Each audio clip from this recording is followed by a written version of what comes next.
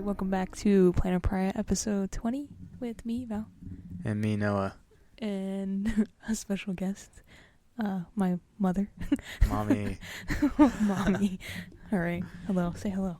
Hello. We also have Pretzel who's in her really lap. It's really weird talking to in a mic.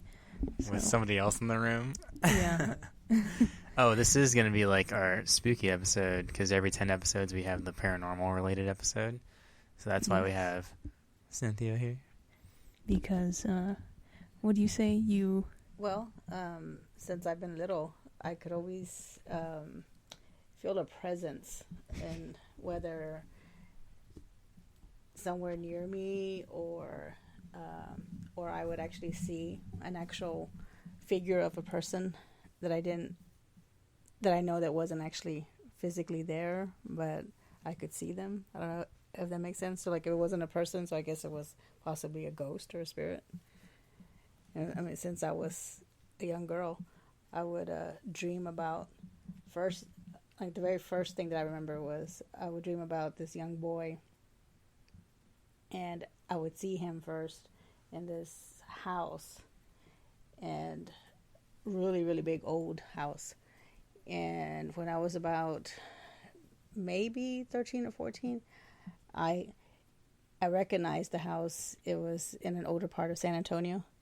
And so my mom especially had known that I would dream about this boy over and over and over again.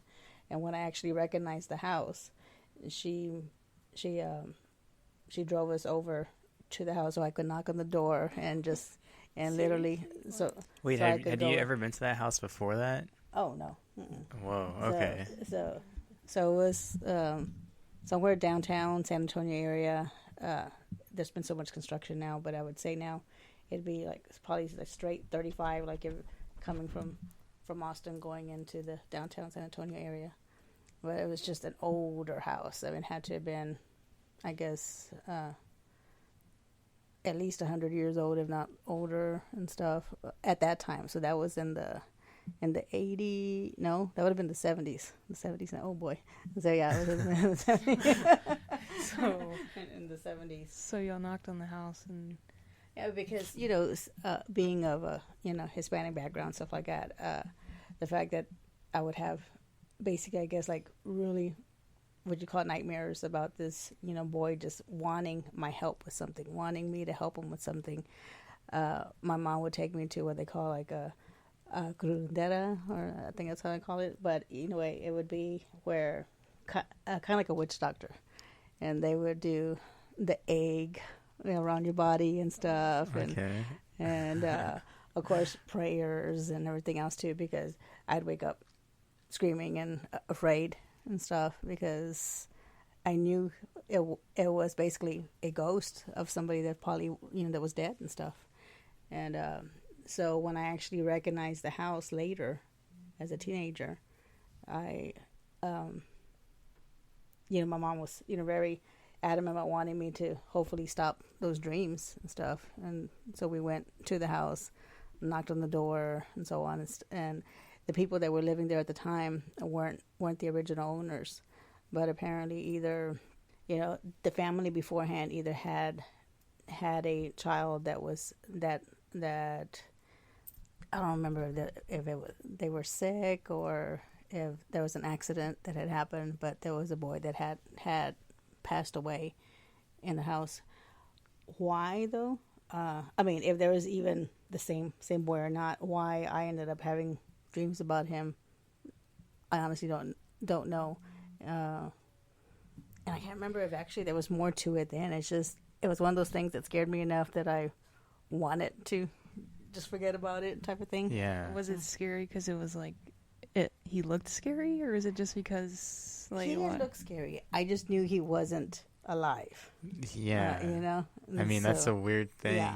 Like with dreams or whatever, they say that everything you see in your dream is what you've seen in real life before. And so whenever I've heard stories similar to that of people dreaming about people who don't exist yet, or who had existed way before they were alive or whatever. And it's just like these lasting memories that somehow like make their way into people somehow. Well, what's strange also too is that even like whenever like taking notes in school, and I specifically remember taking notes in college.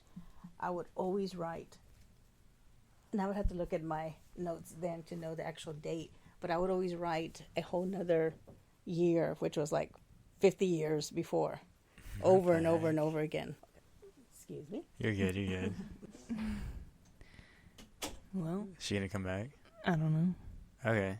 Well, I guess let's just riff off of that, because I have heard stories of people who, like, whether they think it's a past life that they've lived and, like, lasting memories that follow them into this life or whatever, because you hear stories about little kids dreaming about flying airplanes and, like, these battles and stuff, and then, you know, later on maybe they're able to track it down to an exact person who died on a date or whatever, like, and, like, match up the kids' dreams or nightmares with actual events that had happened that this kid had no idea about, because, you know, like, they're little kids who really don't know about war or anything like that yet. Yeah. And, like, having these memories, and she said she would write down, like, a 1950s or something date. Which is, like, crazy. Yeah. I don't know. Like, it's stuff like that's really, really cool and interesting. Oh, No. Okay, this might be a little confusing, but this part, my mom just comes back, so we pick up where we left off, and which is about the dates. Yeah. Anyways, you would write dates, like, later, like, earlier? Over and over and over again. It was in the 1800s. So it was 18, I wish I could remember, something like 1860 something.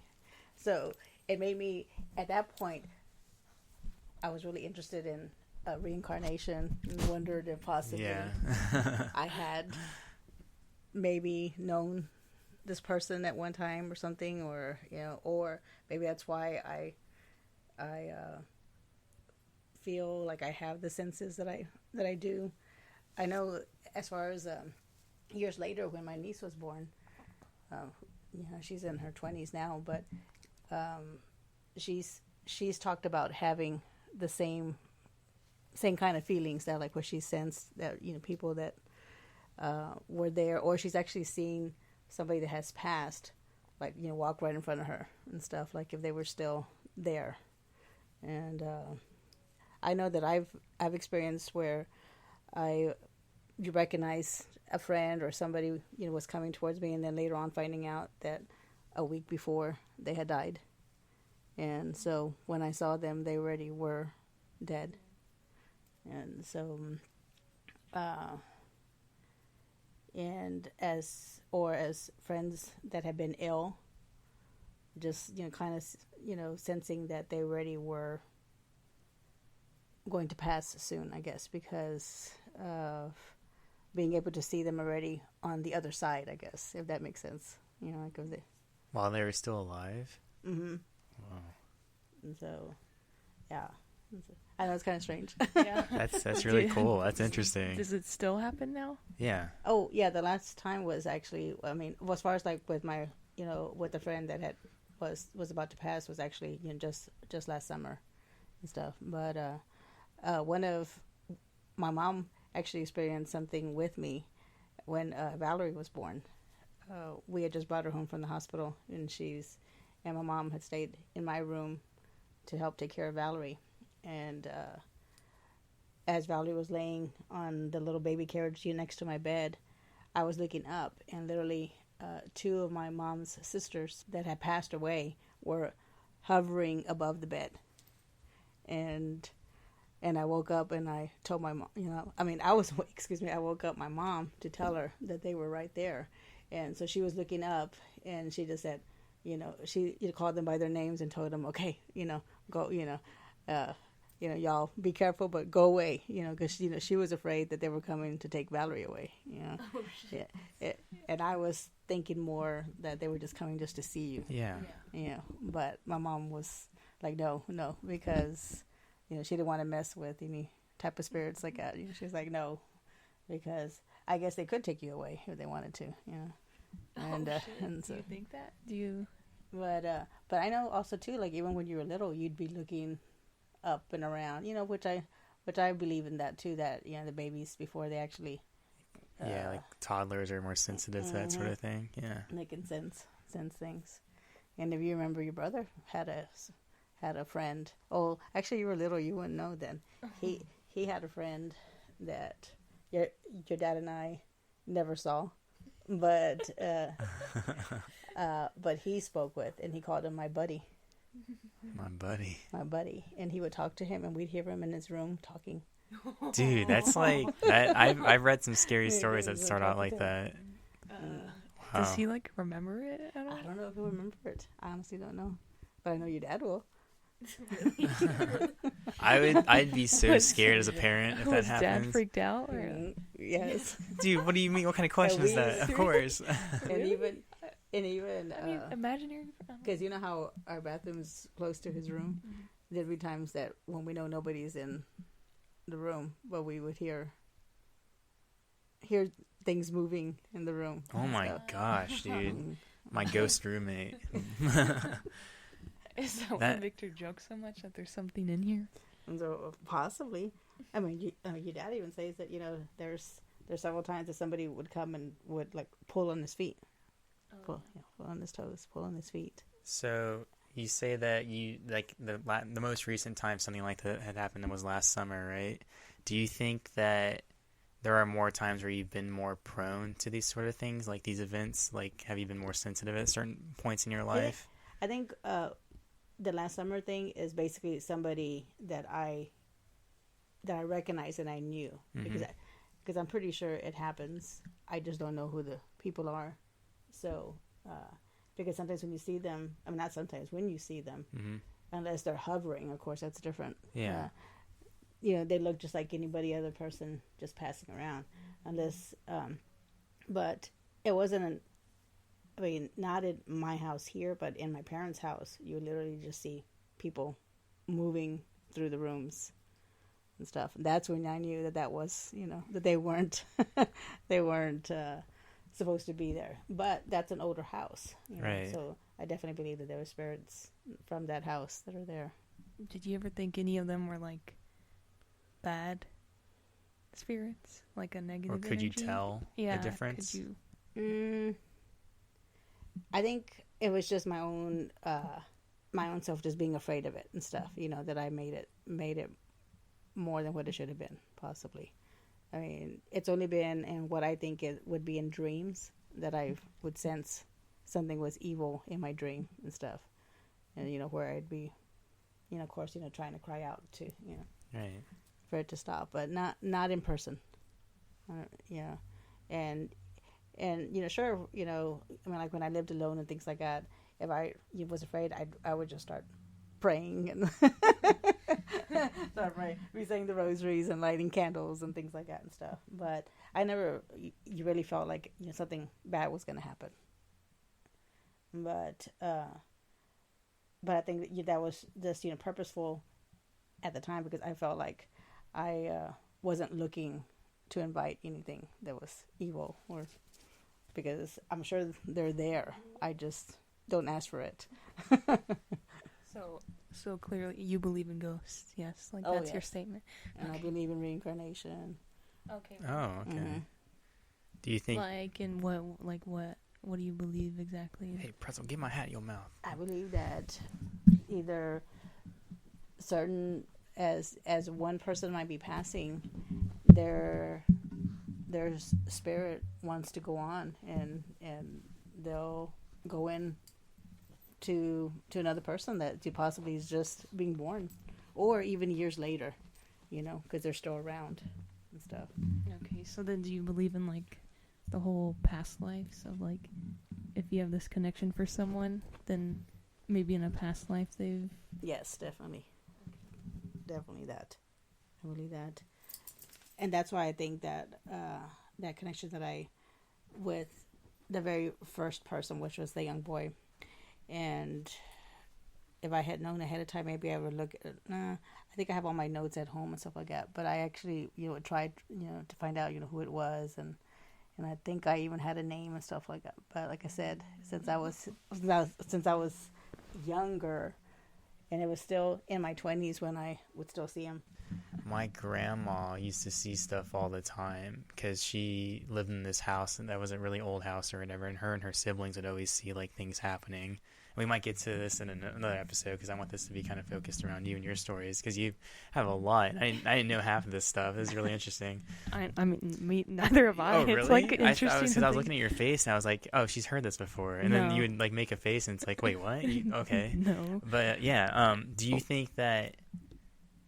Oh, I had a question and now it's gone. Oh, she used to think that in a person's life, at like significant moments or whatever, and in the person's life, like if you buy a new house or if like you had Valerie or you had Victor or whatever, do you think that would be inviting spirits or whatever? Like you said, your sisters had came, or your mom's sisters had came and seen Valerie or whatever. Do you think like big moments, big milestones in someone's life could invite spirits or whatever, and it'd be more likely that spirits are walking around your house during those times or whatever? I think it could be that, or what I notice is like possibly like just how you're feeling at that time and stuff. You know, whether it is the excitement of a new home or anything like that and stuff. And with Valerie as well too. You know, it's you know, when you're having a new baby and you don't sleep as much and so on and stuff, I think you're more susceptible to letting things, you know, happen, I guess, and stuff. You're like breaking down a wall, maybe. Mm-hmm. Okay. And I mean, to me, that's what I think. You know, I think they were probably always there, you know, and they probably were even there, you know, with your brother being born and stuff. But depending, it was the second child and having a toddler, and Valerie wasn't an easy delivery either. She was hard delivery. I think it was just a matter of, you know, and then it was in the middle of the night and so on too. So I think it's how I felt at that time, and probably the fact too that my mom was there, you know, so the sisters were there, they're excited to see my mom, myself, a new baby, you know, a bunch of, you know, the three generations there, you know, in the same room together and stuff, you know, because my aunts had already passed 20 plus years, if not longer and stuff, you know, so you know, by the time your Valerie was born, no, like what you were saying that, you know, Valerie hasn't heard any of this. No, because what Valerie knows about is just some like physical things that have happened to me as far as when I was in the fourth grade, you know, coming like what they call like not fourth grade, 4 years old, coming from pre-K. Mm-hmm. I would stay with my grandmother until my parents got home from school, and so in pre-K you go for like 4 hours, I guess, and stuff, or if even that long. It's like a daycare. And so it was around. We were getting ready to take a nap in my grandmother's house, and my cousin, and at the time was there as well, and my grandmother liked to smoke, and she was smoking, and my cousin wanted to light the cigarette for her. I remember that, and so she turned the match on, just threw the match in the trash can, and didn't see whether it came out properly or not. So, long story short, the curtains in that room started on fire, and my grandmother, she was diabetic, so she had both of her legs amputated at the time, and she didn't have her prosthetics on. But I just remember I was sleeping, and then all of a sudden flames were in the room, and so my grandmother was laying down there in the bed with me, and so we sent my cousin, you know, to go and get help at the time, and my grandmother kept on pushing me to go outside of the house, and I didn't want to leave her and stuff. So I remember that being a very dramatic experience where I helped her drag herself off the bed, and we were, you know, trying to drag her out of the house and stuff. That after that experience, I stopped talking, just literally stopped talking. Yeah. And so that's when it all started, as far as where they took me to try to you know, what they call like the witch doctors, whatever, to start talking. I even went to speech therapists and stuff, and then they put what they call in Spanish, it's called a chichara, but it's, I guess, it's a locust, because they vibrate. They put one in my mouth to try to get my vocal cords going. Dude, she was doing so good earlier. I don't know what happened. And then it was, I would say maybe right before I started kindergarten that I started talking again and stuff. But But that was a really dramatic experience that that I remember happening, and Valerie knew about and stuff, and so. And it was you couldn't speak, like you wanted to, but you just couldn't, or at first I thought it was just that I wouldn't, but then it was that I couldn't. Okay. Yeah. And so with that, it was why they were trying to do all the different treatments of some sort, whether they were the proper treatments, with a therapist or doing it, doing it with the locust and stuff. Do you remember like the first thing you said, like the next time you talked? I remember the first book that I read out loud was Puss in Boots. I remember that, which is kind of crazy, but I always remember that because that was just the first thing I started saying out loud, and stuff. So, and I think they even had to record me, I guess, or whatever, as proof that I was talking and stuff. But since I was born, though, I always had something wrong. I had surgeries, when I was just barely a few months old, because I had, and then, my appendix, around that same time when I was 4 to get removed. And so it was just one thing or another. So I don't know whether I just had so many near possible incidents and stuff. I was also, I had a rare thing called cat scratch fever. So, and from that, so cat scratches you get all sick and stuff. Yeah, so it was literally that, so it was the mom of baby kittens had scratched me on my arm here. I mean on my wrist, and it causes you to have a really, really strong bad fever and stuff, and so I ended up having a swollen gland, from it, that they had to remove it. So it's just been like one thing after another was always wrong. And then the story also that Valerie knows is when we were, I want to say between the 5th and 6th grade, we went on a camping trip because I'd gone to a small little private school, and our class consisted of like 12 students and stuff, so the parents all knew each other, and it's fun field trips and stuff, we'd get together. And so one of our students had a really big ranch, so we went over to their property and with tents and stuff to stay for just one night. I think it was a Friday night and stuff, but one of our classmates brought a Ouija board with them. And we were all inside a tent. There was about 6 of us girls inside the tent playing with the Ouija board. We had zippered up all the tent. We had a candle inside there, trying to make it spooky. We had a candle in there. And, of course, one of the first questions was, as far as, like, who was going to get married first, and, who's going to, who was going to have the first, baby and this and that, which is kind of, silly at the age we were at. Then we started getting to the question was who was going to die first. And at first, we could tell that we were just kind of playing and, moving the... messing with each other. The whatever you call that. The eye finder, the viewer, I don't know. Whatever part of the game is called. And so...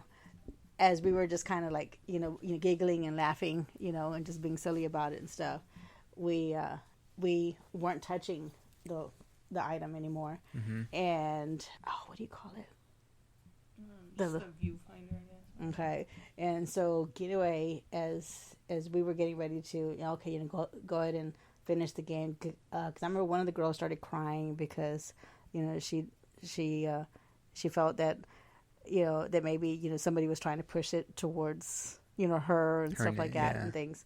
And so we were already going to, finish, playing. That's it, And then all of a sudden, that little piece just moved up to like it flipped up. And so, and it flipped up in between 2 people, so it wasn't like it hit anybody. It flipped up between 2 people, but it was enough to startle us like crazy. We all started screaming and wanting to get out of the tent. Well, that caused the candle to fall down, and part of the tent started, lighting on fire, and we couldn't get the zipper open in the tent. And so as we were screaming, then, two of the dads, including my dad, were trying to get the tent open, and they ended up just having to get a knife to cut through the tent. Why couldn't y'all get it because open? Because we couldn't get it open. It wouldn't open. And so it wasn't, it could have been because we were all nervous and trying to get it open, and it got stuck and stuff. But it was just the mood, I guess, of the evening that caused everything and stuff. So, but that's the story that I know that Valerie was familiar with and stuff.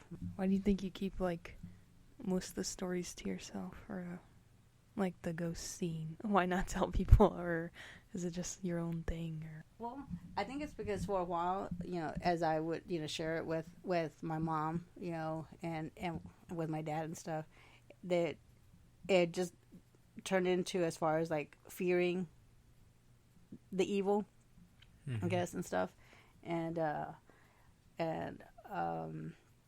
so if I didn't verbally, talk about it with everybody else and stuff, that maybe more wouldn't become of it, right, and stuff. Because I remember at that time when I would talk about it a lot, I literally was, saying, I think 3 rosaries a day, and and just feeling like I had to balance, prayer and religion in order to feel comfortable, about talking about it and stuff. She's so gross. Yeah, Pretzel was just sniffing Stormy's butt. So was she really? Yeah, she was really trying to get in there. No. Nasty. She's like, no, I see that flea there. Have you played with a Ouija board since then, or is that your one and done?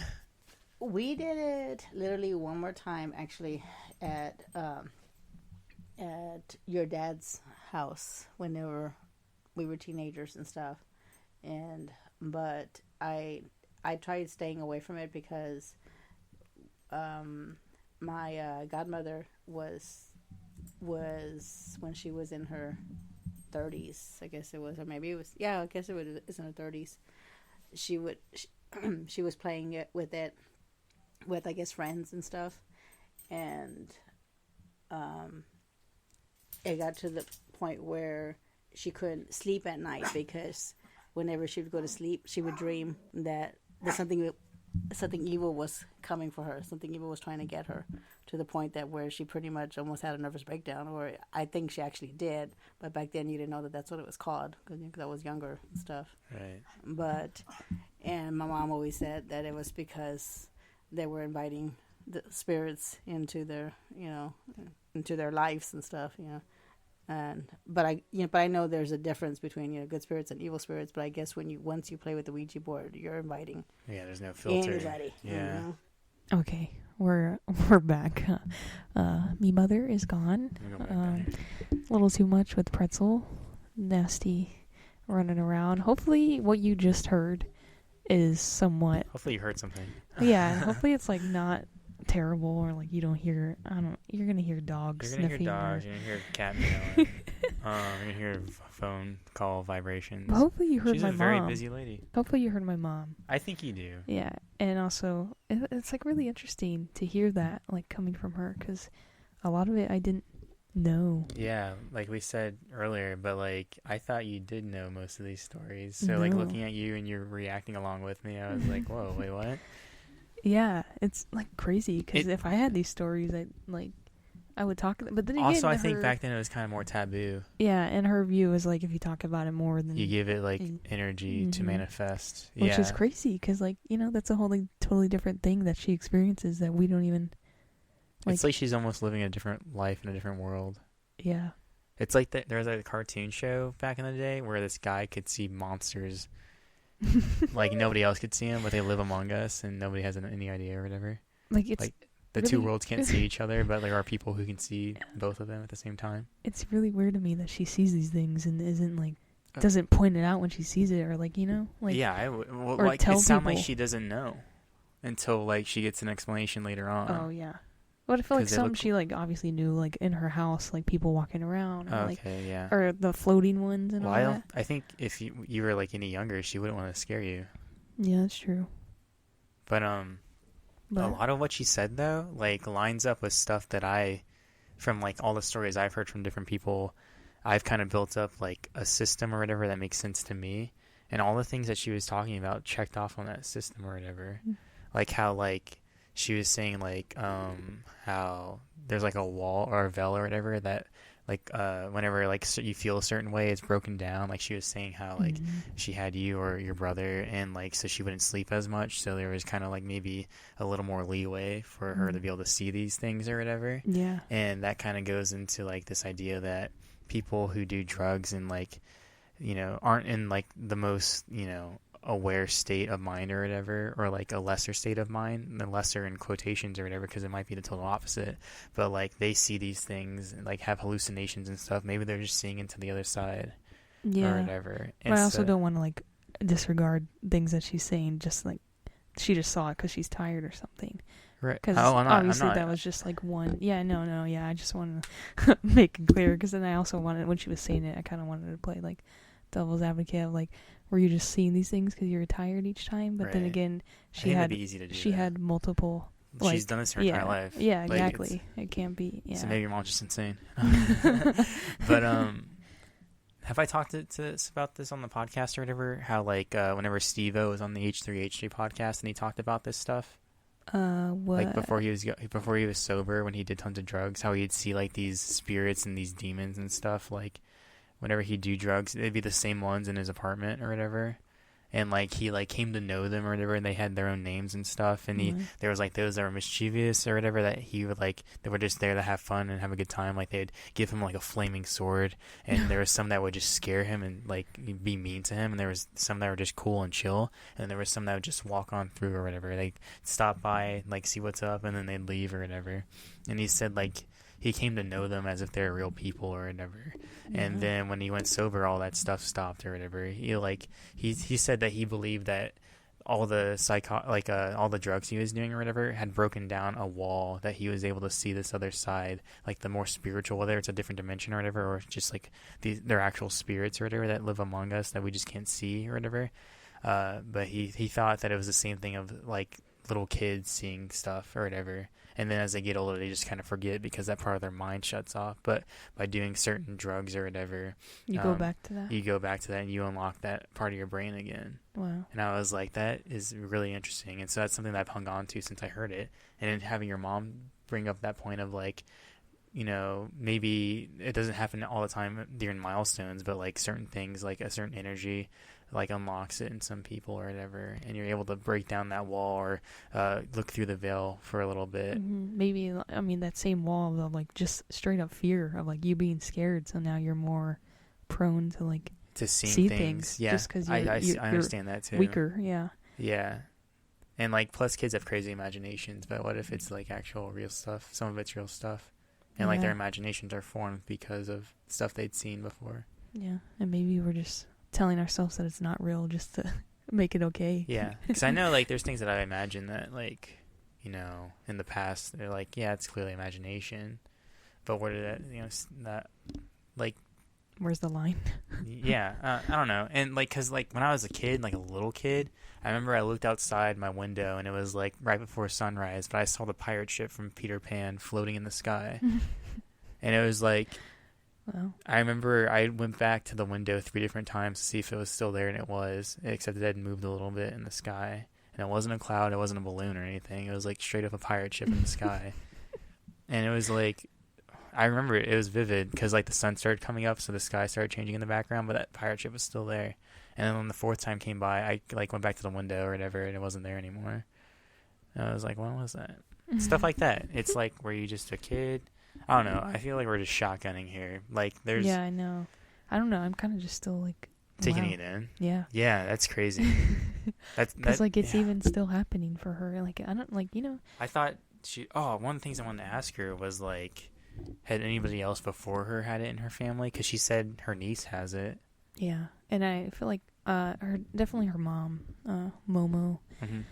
Yeah, I've even been with Momo where she's seen things. Yes. Like, is it genetic, do you think? Hello? Yes. Wait, what? Imperial Garden. It's Asian food. I'm okay, thank you.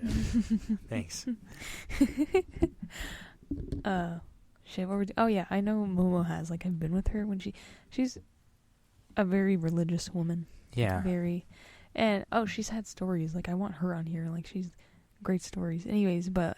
We'll get a more professional setup next time. I've been with her when she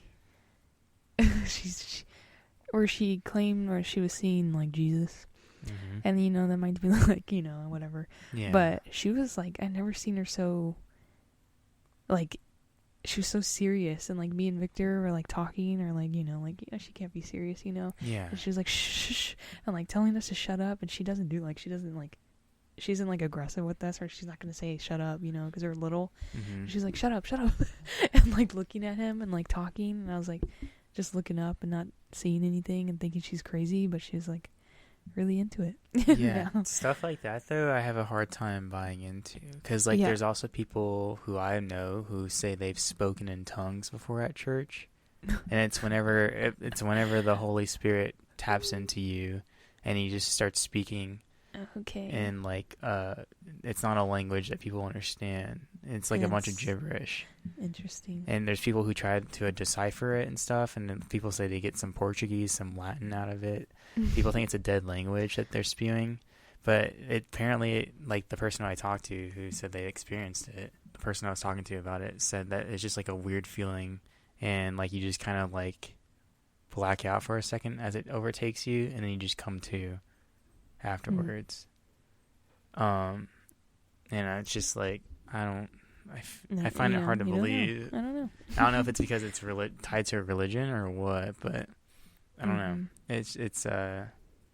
It's pretty out there for me, which is weird.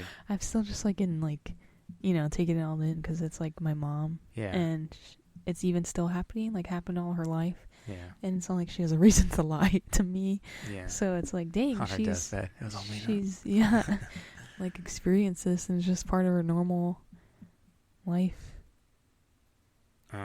Yeah, dude. I wanted to ask her, like, because she's into, like, reincarnation. Yeah. Or she believes it.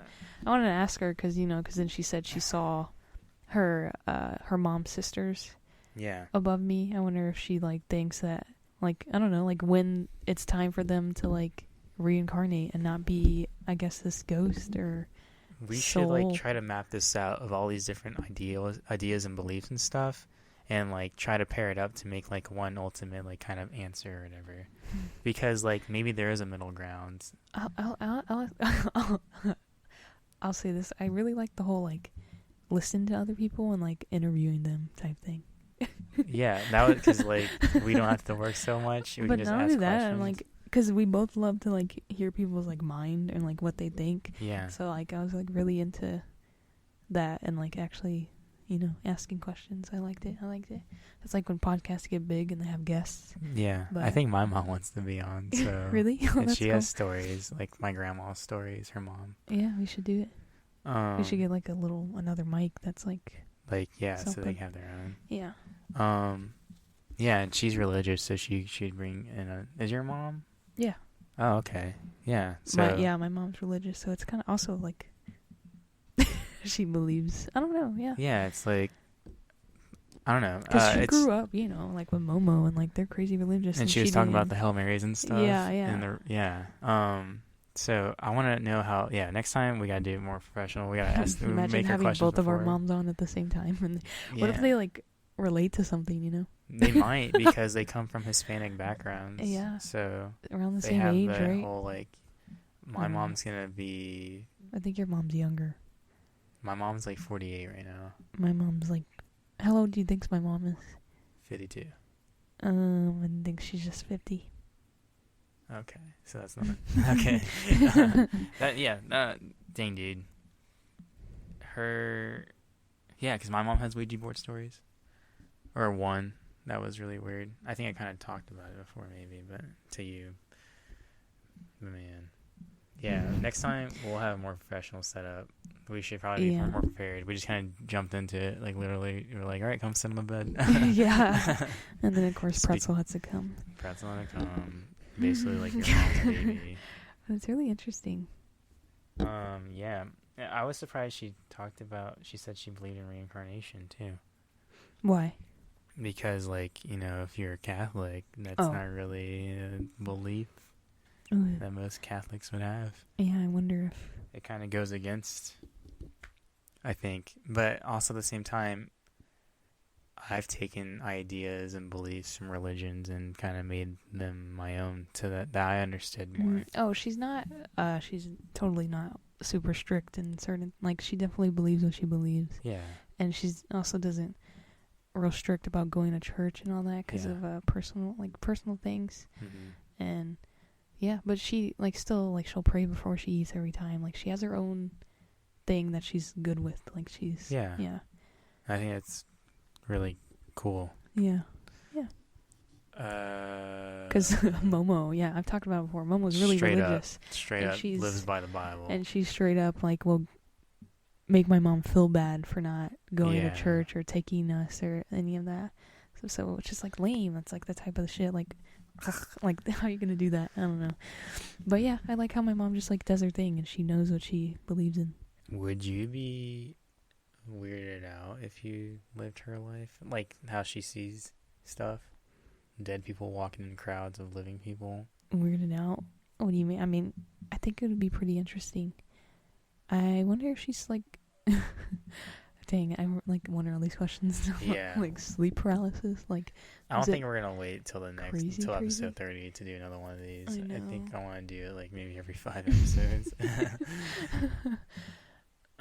Yeah, dude. Yeah, like how does I want to know what she thinks about like sleep paralysis and all these other things, like these other theories and ideas, and how she relates to them. Mm-hmm. Like which one she believes in or has like some pull in. But yeah, dude. I wonder if I experience what she experienced, if I would keep it as quiet too, and not really tell people that I'm seeing these ghosts. Well, out of all the stories I've had, I would have never told anybody if I thought they wouldn't believe me. Oh yeah. So, yeah, I guess so, and I guess there's not really anybody that she's like super good friends with or something that's like. Yeah, hear this? I saw a ghost. Yeah, would like bring it up in conversation. You look like a crazy person, and I barely like see her because of my work schedule. So even this it was me talking to her for like that doesn't happen a lot. Yeah. We always joke how we don't see each other because my work it doesn't. We don't see each other. I don't have an excuse for my parents. I'm just in my room. Yeah, that too. I stay in here. I don't. The cave. But dang, that was interesting. Really interesting. You got a ghost story? You got something story? I don't know if I ever told you this story. It's not a ghost story. It's more like what the hell is happening? Okay. I went to drop off somebody after work, and they lived like in the Buda area. In Buda, like a town over. It's like I don't even know the neighborhood. They have their own school in the neighborhood. Oh, okay. And then, yeah, it's just over there. Anyways, I drop them off. I go and I start driving away outside. I'm like right on the outside of the neighborhood, and they have no lights on the outside. It was completely dark because it's just like this road that you get to, and then you're gonna get to civilization. Yeah. So it's really dark. But I pulled over because. One, I was replying to somebody, like texting, and I'm not going to text and drive. Responsible. And I was putting music on, like a song. Yeah. So I pull over to do that, and it's like dark, whatever, but I'm like, fine. Pull over off to the grass, and then I'm looking at my phone for a while, and then I look in my mirror. So I look up and look at my, like, what is it called? There's like rearview mirror? Yeah, I guess so. And then I see a big SUV parked right behind me, and at this time I didn't even say it's 1-something in the morning. Yeah. Okay. Yeah. And so it's really dark. Yeah. And it's like a sketchy time. Nobody was in this neighborhood. Nobody was moving around, blah blah blah.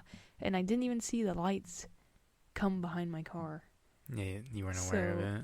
No, like, yeah. And also, like, I would see their lights, and I would look and be like, oh, like a car's driving by. Sure. Yeah. So almost like they had their lights off, and now they're behind me. Like you were surprised to see a vehicle behind you. Yeah, so it's parked behind me.